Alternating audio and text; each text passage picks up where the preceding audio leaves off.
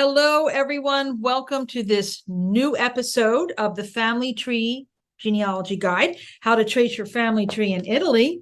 We're here to talk about this great book, chock full of great tools and resources to do your own family tree, Italian family tree research. But what we do in each one of these episodes is we take one or two chapters and we have a little deeper dive discussion with the author of this book, Melanie Holtz, and the owner of Lo Schiavo Genealogica. So welcome, welcome, welcome. And if you want to learn more about the book, learn about other resources, schedule a discovery call, which I highly recommend. If you have any questions about Italian genealogy research or pursuing Italian dual citizenship, the easiest thing to do is go to italyancestry.com to do all the things. So Melanie, great to have you back. Thank you, Denise. Great to be here. So today we're going to be talking about chapter 7 in the book, which is tracing your family in Italy civil records. So let's just jump right the heck in. Civil registration records are one of the largest and most important record sets in Italian genealogical research you mentioned in the book. What is the definition of these kinds of records and how are they typically used?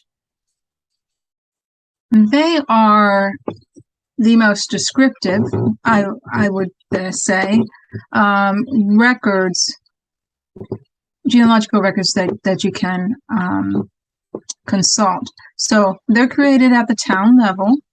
So each town in Italy is called a comune, and they are required from 1806 or 1820 onward to record births, marriage, deaths, and a variety of other types of civil acts. For example, recognitions, marriage bans, marriage promises, depending on the time period. There's a whole bunch of little different types of records that there could be. Okay. And each one of these has certain pieces of information. Civil records in particular talk about occupation. You give the parent's age, say we're talking about a birth record, where that isn't something that you're normally going to find in most parish records. Okay. They will say what street they lived on and or house number that the parents were living at the time a child was born. So it provides some more description of the family unit than some other types of records. Gotcha. So there's 3 categories of these records explained in the book, and I'd like to touch on each one of them a little bit. There's the Napoleonic civil records, there are the Restoration civil records, and there are Italian civil records. What are the differences of each, and why are each important when you're doing your research? Sure. In mainland Italy, not Sicily, not Sardinia, you can find Napoleonic civil records from about 1806 to 1815, sometimes to 1816. And this was when the beginning of civil registration started by Napoleon. Okay. So this Napoleonic registration continued in southern Italy and Sicily beginning in 1820, but the north didn't. So in 1815, they stopped. The parish started to keep all records in the majority of the areas of the north until 1860. Maybe 1862. Okay. And that's where we come into that Statueville Restoration. And those are the records in that time period between 1865 and 1816 in southern Italy and in Sicily. That's the Restoration records. And then after Italy became a country in 1865 is where we'll find just this standard Italian civil registration, Statueville Italiano. So it's basically chunks of time in history, the way they captured the records based on that time frame. Right. And what you, depending on doing the research, when you know what the time frame you're kind of looking at, then you're going to have a clue as to what kind of records you're likely going to need to uncover, right? Right. And you need to know, where are you looking? So, okay, you're looking at a small town in the Como province of northern Italy, and you're not going to find, a civil death record for said ancestor in 1830.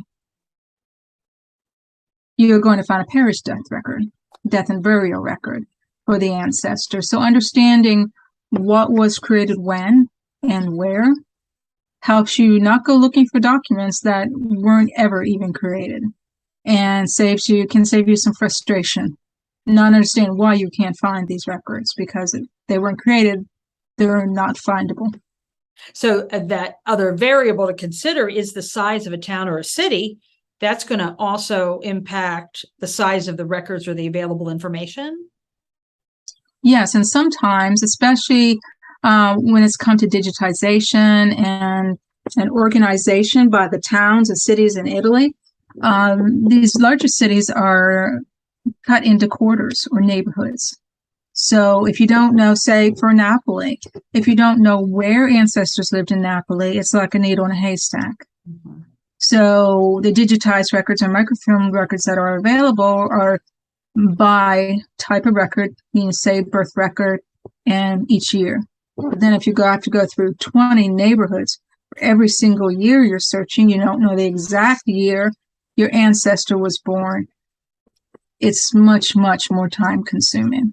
So if you can find something that gives the neighborhood, that can be really helpful in those instances.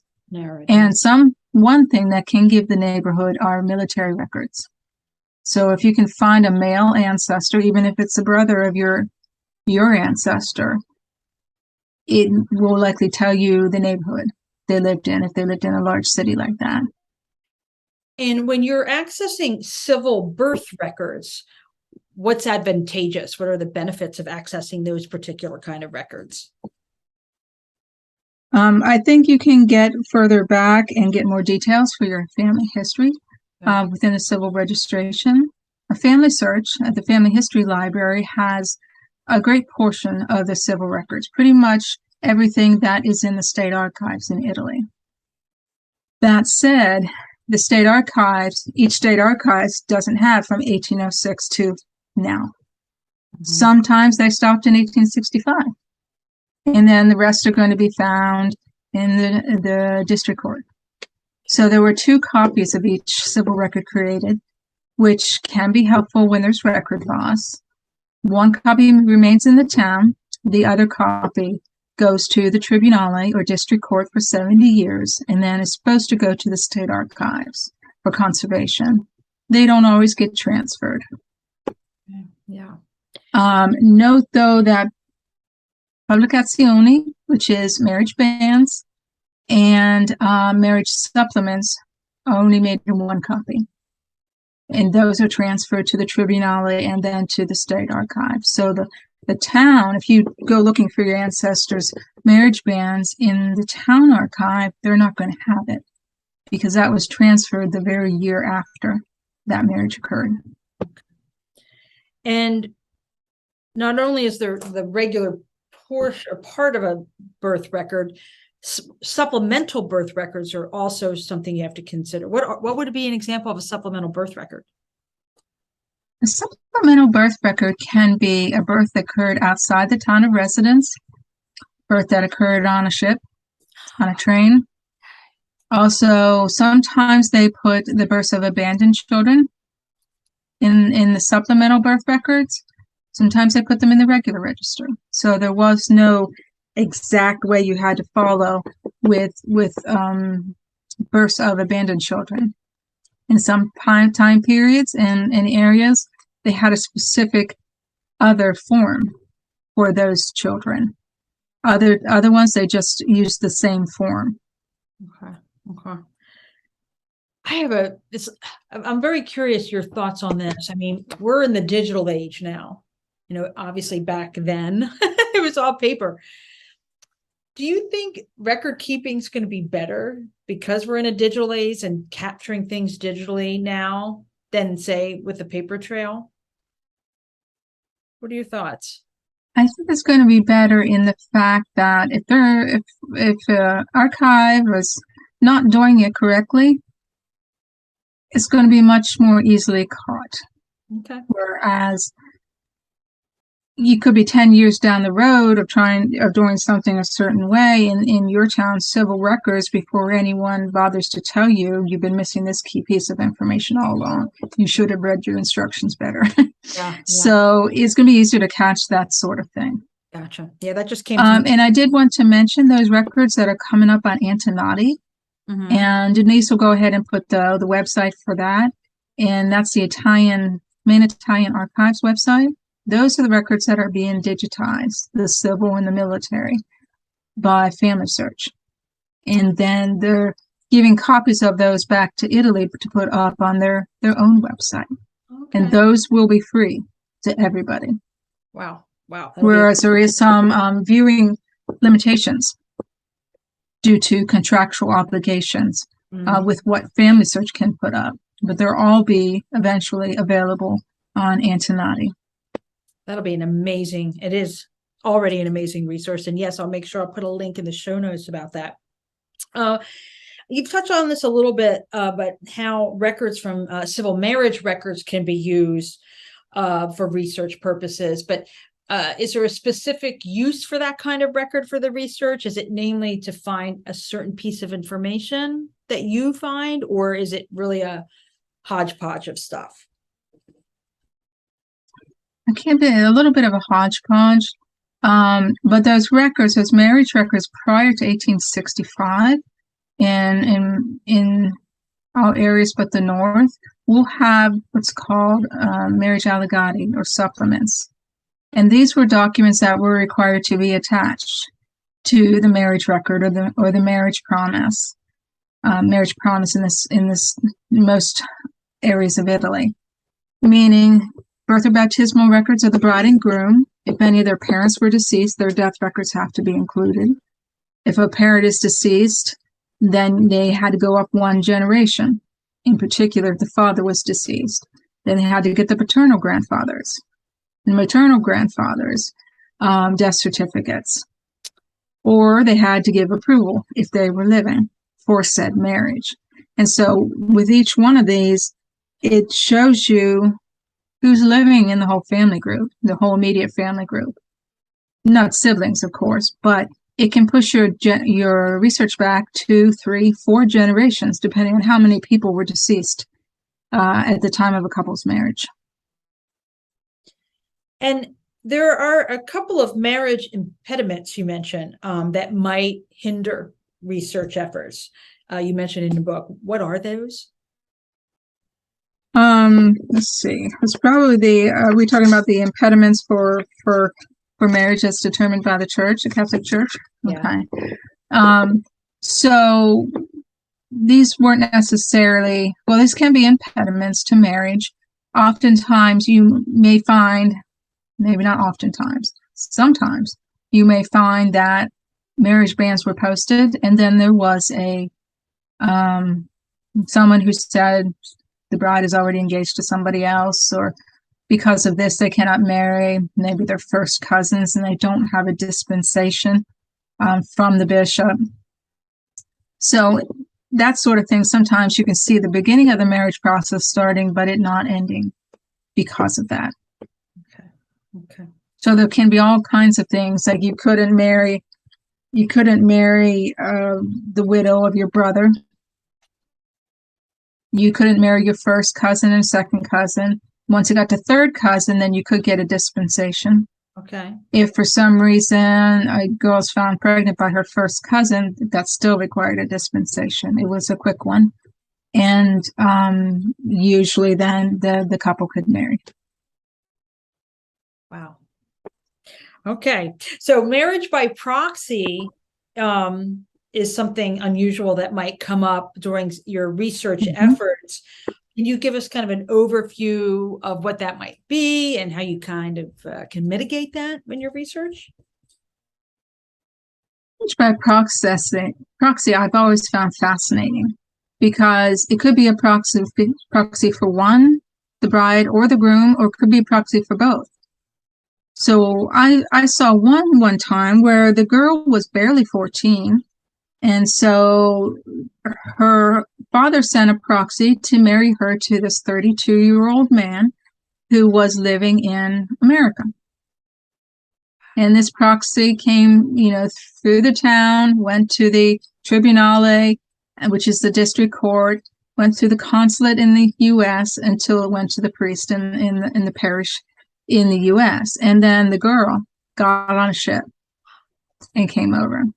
But she was married by proxy before she left. She wasn't there. Someone stood in her stead. Wow, that would make a good movie. And I bet that's been maybe often. Did that happen often, unfortunately? I don't think it happened real often. Okay. Also, sometimes if one of them was ill, I've seen that. And if a father of, say, the bride who's underage was ill, then he would send a proxy in his stead, not necessarily the girl's stead. Gotcha. He would send a proxy in his stead. Witnessing it or what have you. Gotcha. Right. What is the age of majority? So it's 18 now, but it used to be 21 for girls, 25. Okay. Where they could do their own thing? Is that what that means? Or? Where they could make their own choices, yes. Okay. And there are a list of marriage supplements in the book. So I'm going to suggest that folks grab this, but do you want to touch on a couple of them so they have a general idea as to what we're talking about? Well, I see the marriage supplements were what we were talking about. Birth and baptismal records of the bride and groom, death certificates of parents and grandparents. Sometimes there was a certificate of poverty, which was basically saying the couple was destitute and did not have the money to even file the marriage papers. So they didn't have the fee to give the town when they married. So there will be things like that. If, say, for example, the groom's birth record was never filed and he was never baptized, then they have something that's called an act of notoriety, where he has to present this notarial act with 7 witnesses witnessing to who he is and who his parents is and where he was born and when he was born, and he'd have to have that before he would be allowed to marry. Yeah. Right. Okay. Wow. Because if no birth was filed, no baptism was filed, he's not listed anywhere. So they have to have something that has those details. And why are civil death records considered like the least reliable source when it comes to research? You have to understand the process. So when someone passed away in, say, the 19th century Italy, it was often neighbors or friends that went to give the information on the deceased person. Do you think your neighbor 5 doors down is going to know exactly who your parents were? Maybe. Maybe not. But he may have been the only neighbor not working that day, not out in the fields. So he was the only one to go give the information. So that's why, in part, they consider that it's not primary information. It's not someone directly involved in the event necessarily. It's not to say the neighbor didn't see the person pass away, but we can't determine that through the records. But because they weren't a primary informant, it's considered information that usually is less reliable than other information. Gotcha. Especially the decedent's age. When they get to be 95 years old, once they passed 80, I think everybody looks like 95 to everybody, because you find that age of 95 given for anyone from 80 up in many of the records. So we're having a rainstorm here, and you might hear the torrential rainfall on my air conditioner unit. And if you do, I forgive the sound quality at this time, but we're actually going to wrap up. As always, always learn something new about this field of Italian genealogy research. So Melanie, thank you so much for your time. And folks who are watching or listening, if you want to learn more about what we talked about today or anything about doing your Italian family tree research, go get this book, The Family Tree Italian Genealogy Guide, that can be found on italyancestry.com. So thanks so much, Melanie. Until next time, ciao. Ciao.